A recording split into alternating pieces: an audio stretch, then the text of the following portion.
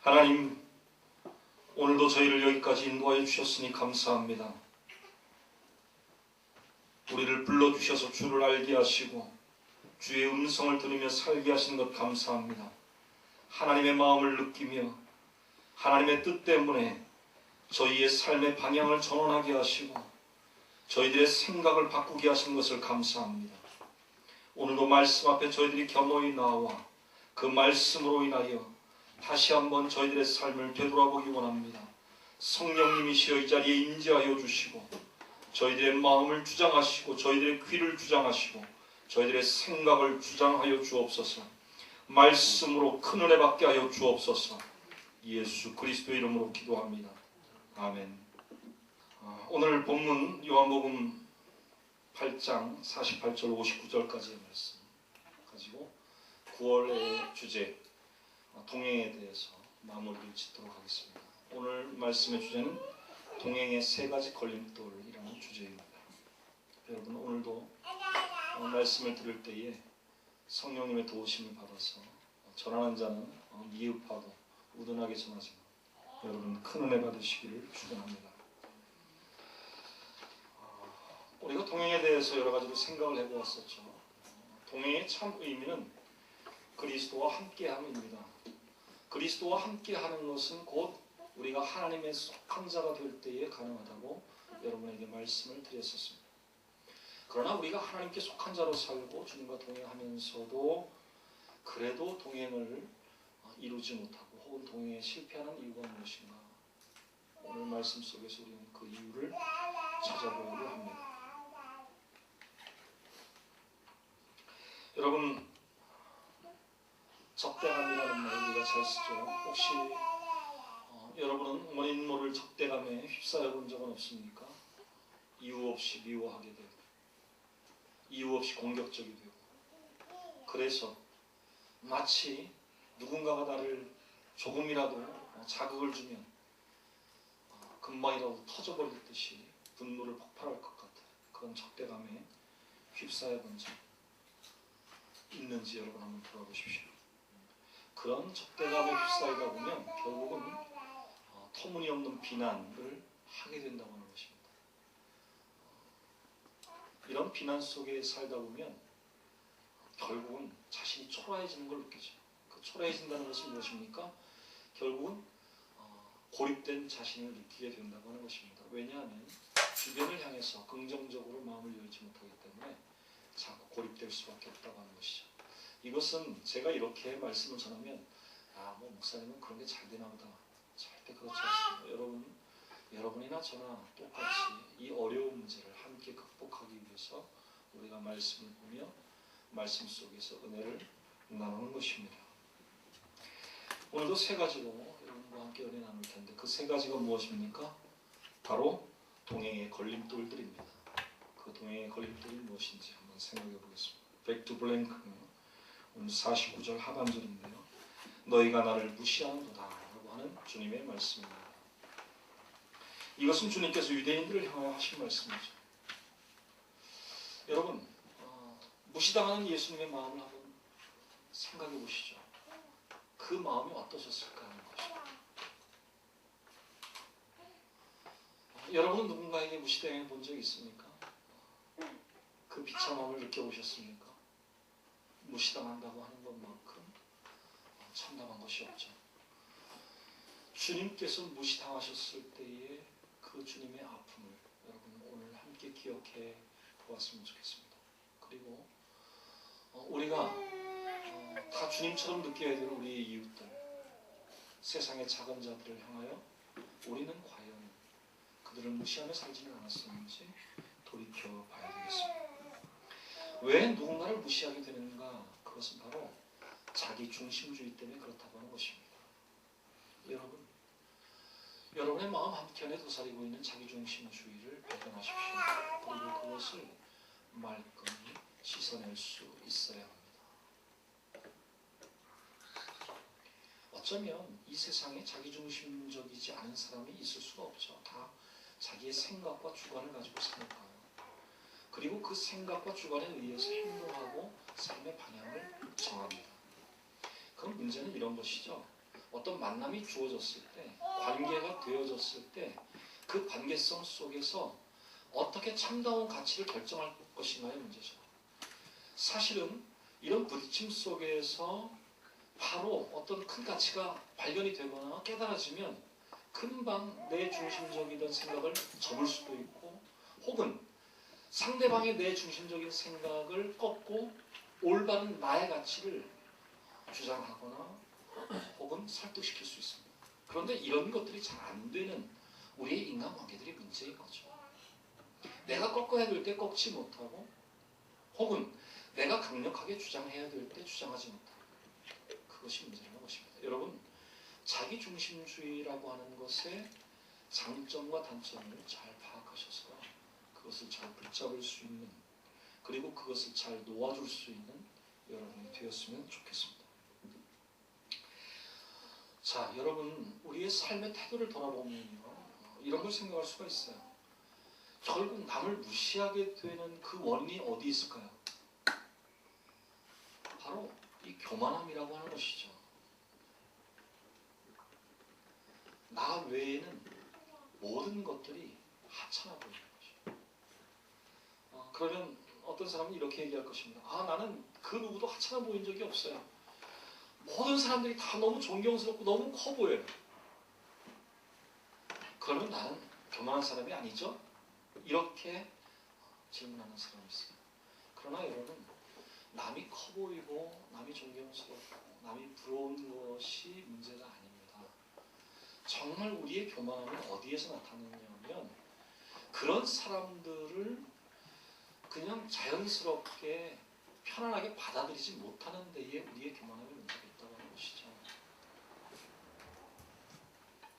그래서 결국은 아주 딱딱한 자기 중심주의로 돌아가게 되는 것입니다. 분명 여러분의 삶에는 여러분과 동행하기 원하는 사람들이 여러분에게 다가가고 있습니다. 그것이 나의 부모일 수도 있고, 나의 형제자매일 수도 있고, 나의 이웃일 수도 있습니다. 그런 다가섬에 대해서 나는 어떤 소통의 길을, 어떤 소통의 통로를 열어놓고 있는가를 생각해 보라는 것입니다. 여기에서 중요한 것이 있습니다. 그것은 뭐냐면 대등한 관계를 형성해야 된다라고 하는 거예요. 이 대등하다라고 하는 것, 그것의 묘미를 여러분이 좀 느꼈으면 좋겠습니다. 지금 유대인들의 문제는 뭐였습니까? 유대인들이 예수님을 바라볼 때 분명히 큰 자로 보였어요. 훌륭해 보였습니다. 그러다 보니까 적대감이 생기게 되고 비난하게 되고 끌어내리려고 하는 그런 마음이 생기게 된 거죠. 만약 그저 편한 마음으로 주님을 대등하게 바라볼 수 있었다면, 물론 대등한 위치가 될 수가 없죠. 주님은 하나님이시니까. 그럼에도 불구하고 우리가 주님을 향해 좀 열린 마음으로 편안하게 바라볼 수 있다고 하면 아마도 주님을 무시하는 사례는 나오지 않지 않았을까. 우리가 그냥 무시한다라고 하는 그 언어를 그냥 딱 끄집어내서 보면 어떤 거죠? 내가 높은 자리에 있고 상대방이 낮은 자리에 있기 때문에 무시하게 되는 거잖아요. 근데 사실은 나의 피해의식, 나의 열등감이 오히려 누군가를 무시하게 되는 그런 결과를 초래할 수도 있다고 하는 것입니다. 여러분, 주님을 향한 여러분의 태도를 한번 돌아보십시오. 혹시 여러분 주님을 향하여 무관심하여 있지는 않습니까? 너무 종종 불평을 늘어놓고 있지는 않습니까? 혹은 이런 유대인들처럼 종종 비아냥거리며 또 주님을 향하여 거들먹거리며 그저 내 중심주의적인 사고로 살아가고 있지는 않는지 여러분 돌아보십시오. 그런 것들이 결국 더 나아가서 주님을 비난하기까지 되고, 그것이 결국은 소리만 블레스폼, 그런 도저히 하나님으로부터 용서받을 수 없는 그런 죄까지 나아가게 된다고 하는 것입니다. 그러면 여기서 주님의 태도를 우리가 한번 생각해 볼 필요가 있는데요. 그래서 오늘 주보에 나와 있는 말씀 가운데 주황색 글씨가 하나 더 있죠. 51절 마지막에 죽음을 보지 아니하리라 라는 주님의 말씀입니다. 여러분, 이 48절, 49절 마지막과 51절 마지막에 이 두 구절을 한번 대등하게 비교해 보십시오. 주님의 이 말씀을 딱 붙여놓고 생각해 보세요. 주님이 지금 이 두 마디가 뭐죠? 너희가 나를 무시한다. 참 비참한 무시당한 속에서 그 다음 말이 뭐예요? 죽음을 보지 아니하리라. 영생을 말씀하시고 있는 거죠. 구원을 말씀하고 있는 거죠. 소위 이런 것이 열린 마음이죠.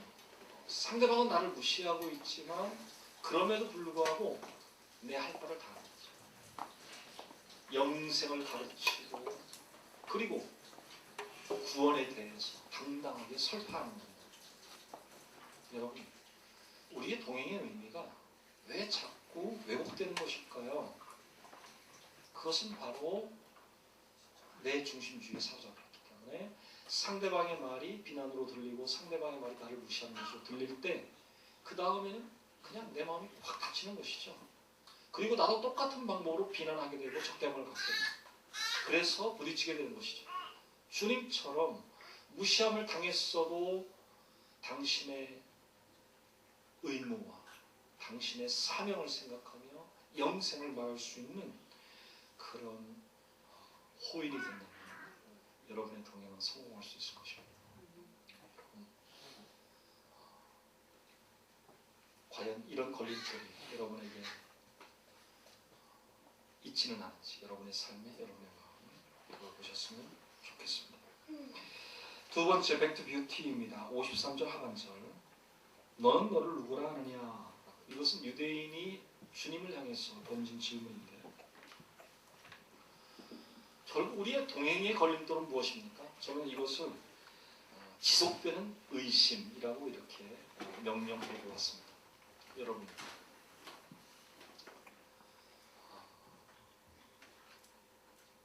왜 동행이 실패로 끝날까요? 왜 그 아름다운 만남 혹은 아름다운 가정,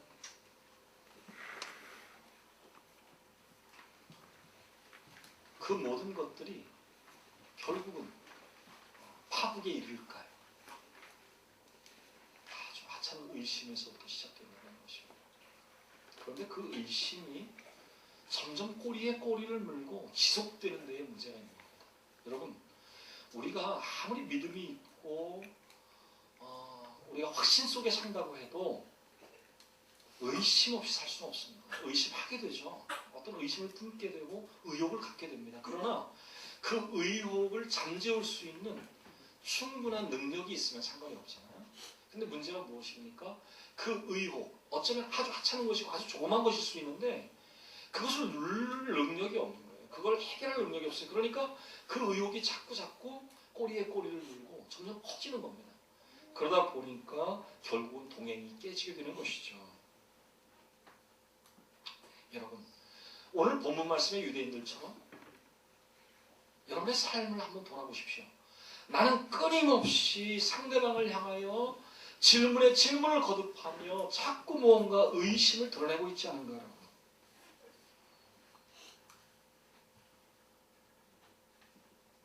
여러분, 그 질문의 방향을 나 자신을 향해 돌려보십시오. 그 모든 질문을. 자, 그러면 오늘 본문 말씀으로 예를 들어보죠. 오늘 유대인들이 주님을 향하여 뭐라고 질문합니까? 너는 너를 누구라 하느냐라고 물을 때에 이 질문을 만약 자신을 향해 돌렸더라면 나는 나를 누구라고 말해야 될까라고 이렇게 돌렸다면 얼마나 아름다웠을까요? 여러분, 누구를 향하여 의심이 생겨나기 시작합니까? 그래서 뭔가 물어보고 싶습니까? 그 질문을 나에게로 돌려보십시오. 이것은 결국 무엇을 의미하냐면 나의 정체성을 찾아가는 그런 몸부림입니다.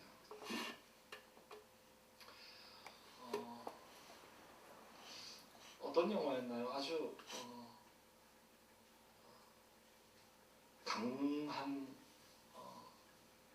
메시지를 전하는 영화였던 것 같은데 거기에 그런 대사가 있었습니다. 넌 누구냐? 기억나시는 분 있습니까? 예, 올드보이에 나오는 유명한 대사입니다. 그런데요, 그 의미심장한 넌 누구냐라고 하는 질문, 왜 나온 줄 아십니까? 이 질문을 한 사람이 자기를 잃어버린 거예요. 너무너무 끝없이 고달픈, 아주 그 고달프다는 표현이 너무 좀 약하죠? 정말 시달림을 당하죠. 그 시달림 속에서 자기를 잃어버리게 된 거예요. 그러니까 결국은 상대방도 알 수 없는, 여기에는 아주 강력한 메시지가 있습니다. 여러분, 왜 우리는 누군가를 향하여 자꾸 질문하게 될까요? 왜 그 사람을 자꾸 파악하려고 노력하게 될까요? 도대체 저 사람은 뭘까? 저 사람의 의도는 뭘까? 저 사람의 마음속에 뭐가 있는 걸까? 왜 저 사람은 나에게 이렇게 반응하고 이렇게 말하며 이렇게 행동하는 것일까? 자꾸 묻게 되는 이유가 무엇일까? 어쩌면 나를 찾지 못했기 때문이지 뭐. 나의 정체성을 회복해야 합니다.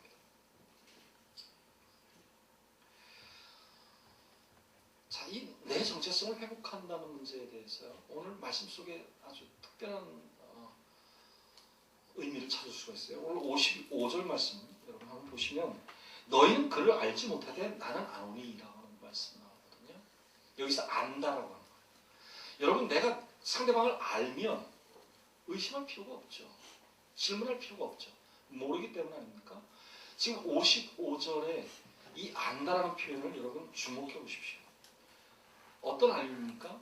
지금 유대인이 주님을 아는 것에 대해서 지금 표현하고 있고요. 그 다음에 또 주님이 하나님을 아는 것에 대해서 표현하고 있습니다. 이 안다는 말이요, 그냥 우리 한국어에는 안다라고 표현되어 있지만 이 헬라어에는 완전히 다른 단어예요. 사람이 하나님을 알지 못한다. 너희가 지금 하나님을 알 수가 없다. 내가 아무리 말해도 소용없다. 여기에서 안다. 사람의 알에 대해서 어떤 단어를 쓰시냐면 주는 기노스코라고 하는 헬라어를 쓰세요. 이 기노스코라고 하는 것은 경험적인 알입니다. 여러분 한번 생각해 보십시오. 여러분이 안다고 하는 건 뭘까요? 분명히 그것은 경험에 의해서 아는 겁니다. 예를 들어서 얘기를 들으면서 나 알아. 그 얘기. 그러면 그건 무슨 얘기예요? 나 그거 이미 들었어. 왜 알게 되었는가? 들음으로써. 또 어떤 경우에는 나 알아. 예전에 나 그거 봤거든. 보아서 아는 거죠. 이 모든 듣고 보고 맛보고 여러분의 오감을 통해서 알게 된 것, 그 아는 것을 우리는 기노스코라고 헬라어에서 표현합니다.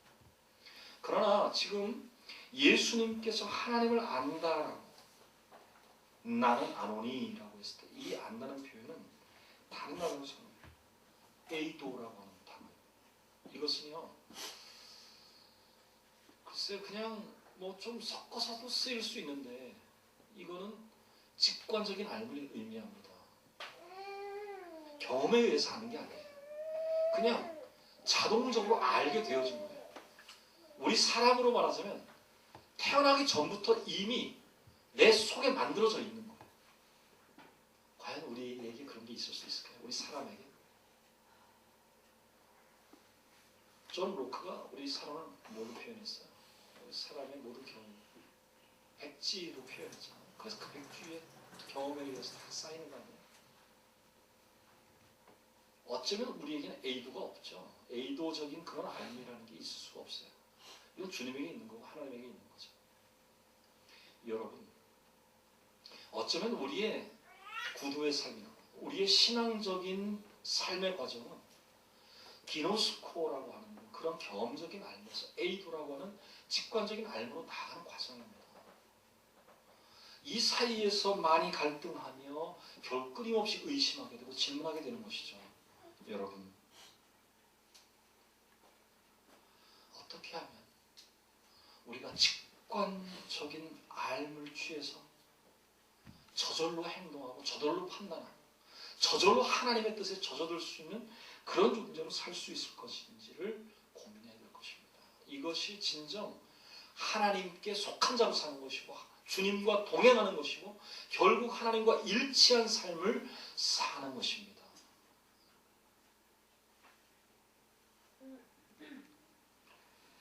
좀 어렵게 이야기된 것 같아서 좀 죄송합니다. 여러분,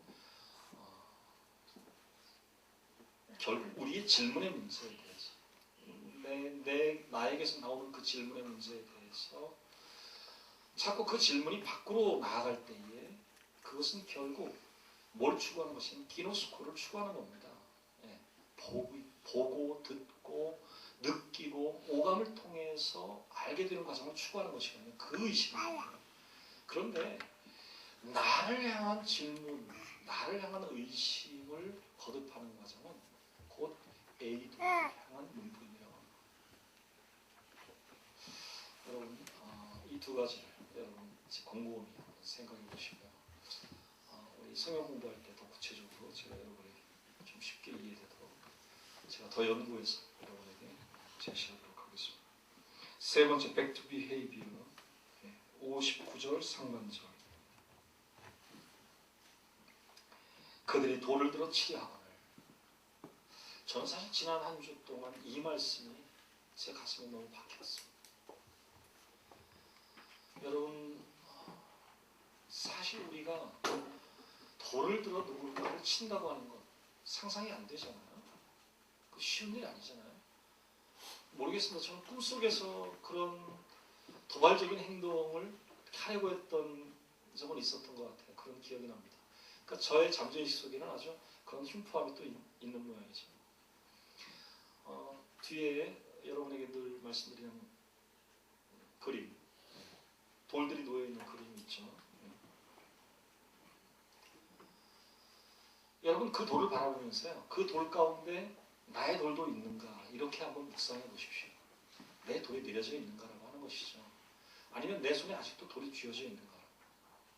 그런데 그 돌이 누구를 향한 돌인가? 바로 주님을 향한 돌일 때 이게 문제가 된다고 하는 것입니다. 여러분의 적대감이 주님을 향한 적대감이 될 때, 여러분의 분노가 주님을 향한 분노가 될 때, 여러분의 불평이 주님을 향한 불평이 될 때에 그것은 참으로 문제가 된다고 하는 것입니다. 근데 그런 적대감과 비난과 불평으로 끝나면 괜찮은데 이것이 뭐로 가죠? 바로 공격성으로 간다.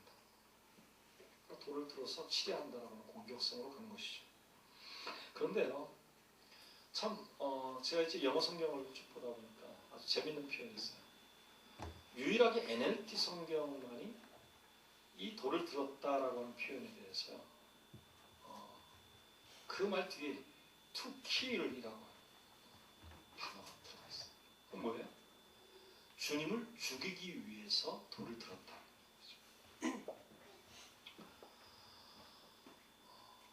이거는 돌을 던지기 위해서와는 다르죠. 좀 더 강한 표현이죠. 근데 사실 이게 뭘 의미하냐면 우리의 어떤 삶의 의도가 어떤 방향성이 계속 반복될 때에 그것은 결국 아주 극한으로 치닫게 된다고 하는 것이죠. 이런 이야기입니다. 이건 아주 엉뚱한 표현이지만요. 여러분, 어떤 분이 자기의 체력을 연구하면서요, 아주 간단한 방법을 사용했대요. 산에 올라가서 돌을 들어서 돌을 이렇게 10번씩 들었다 놨다 하는 것인데요. 그 다음날 가서는 그거보다 조금 큰 돌을 찾아서 또 이렇게 하는 것이에요. 날마다 그렇게 하다 보니까 나중에는 엄청나게 큰 돌을 들게 되었다, 그런 얘기입니다. 믿거나 말거나인데요. 여러분, 우리의 반복적인 행동이, 그 행동이 예를 들어서 비난이라든지 불평이라든지 우리의 적대함이라든지 이런 어떤 행동의 반복성이 결국은 죽음으로 몰아간다. 극한으로 몰아간다. 누군가의 삶을 혹은 우리의 삶을 혹은 주님과의 관계를. 여러분, 제가 일주일 동안 이 말씀이 가슴에 박히면서 계속 제가 묵상하면 그런 겁니다. 정말 나의 그 무엇이 상대방을 불편하게 하거나 혹은 상대방이 나를 피하도록 만들었는가라고. 이게 참 너무 심각한 문제더라고요. 내가 너무 생각 없이 이 세상을 살아왔는가라고 하는 거예요. 여러분도 한번 각자 그런 생각을 한번 해보십시오. 정말 나의 어떤 성격이, 나의 말이, 나의 행동이 겉으로는 그렇게 표시 안 되지만 결국은 돌을 드는 것과 같은 그런 행동이 되고 있지 않은가 깊이 묵상할 수 있어야 됩니다. 여러분 창세기 4장에 보면 인류의 최초의 살인의 이야기가 나오죠. 카인이 자기의 동생 아벨을 돌로 쳐 죽이는 것입니다. 저는 이 돌을 든다라고 하는 의미 속에서 이미 카인을 생각하게 돼요. 여러분, 제가 아까 산에 올라가서 돌 드는 얘기를 했는데요. 어쩌면 우리가 돌을 드는 행위는 우리의 삶 속에 얼마나 많이 반복적으로 일어나는지 몰라요. 그런데 결국은 그것이 누군가를 죽이기 위한 행동으로 갈 수도 있다라고 하는 것입니다. 여러분 우리가 8장을 쭉 보면서요.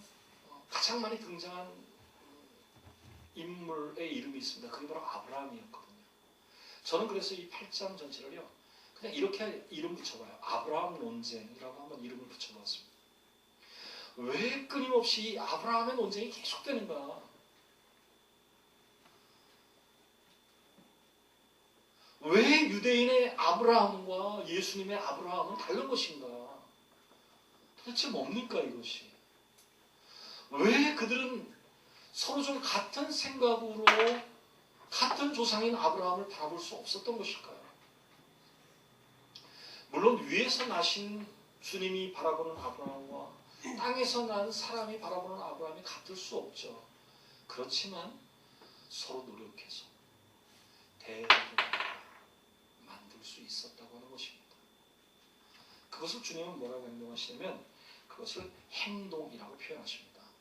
그 행동이라고 하는 것 바로 지지난주 설교죠. 지난주에는 큰형님 설교하셨으니까 그때 나오는 부분이었는데요. 여러분 다시 한번 우리의 삶에 우리의 행동을 돌아봅시다. 바로 back to behavior입니다.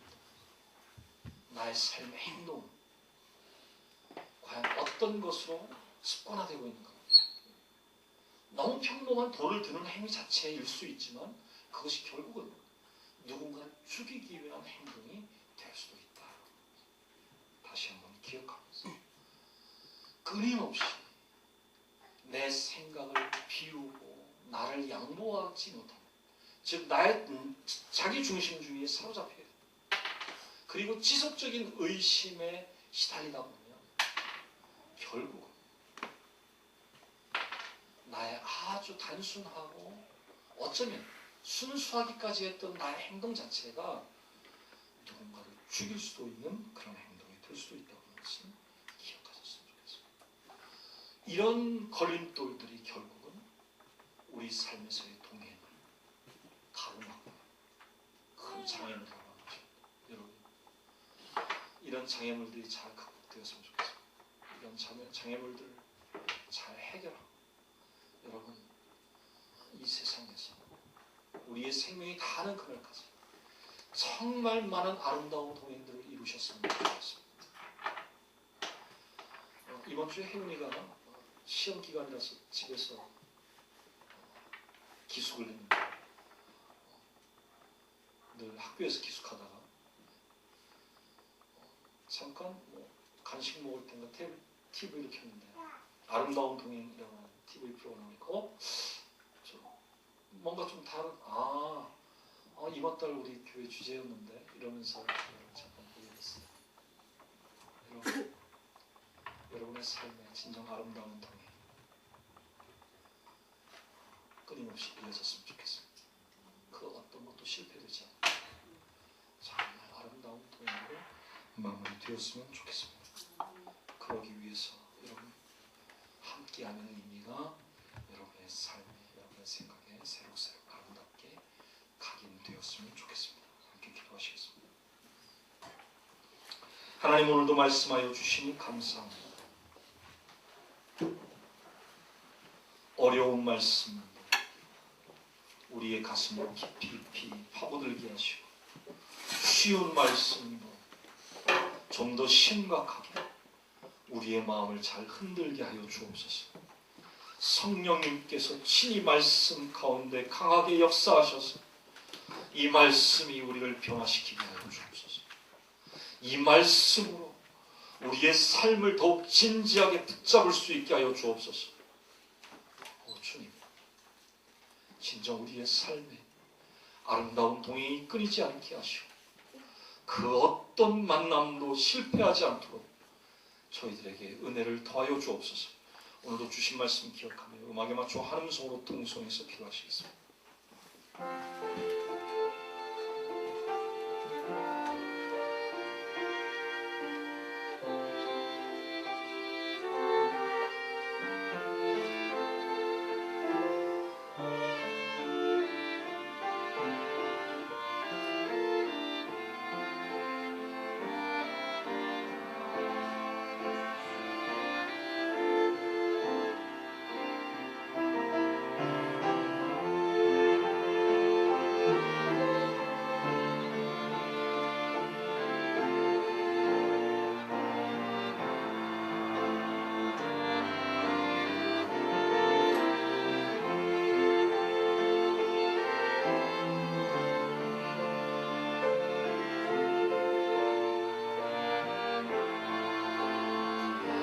오 주님,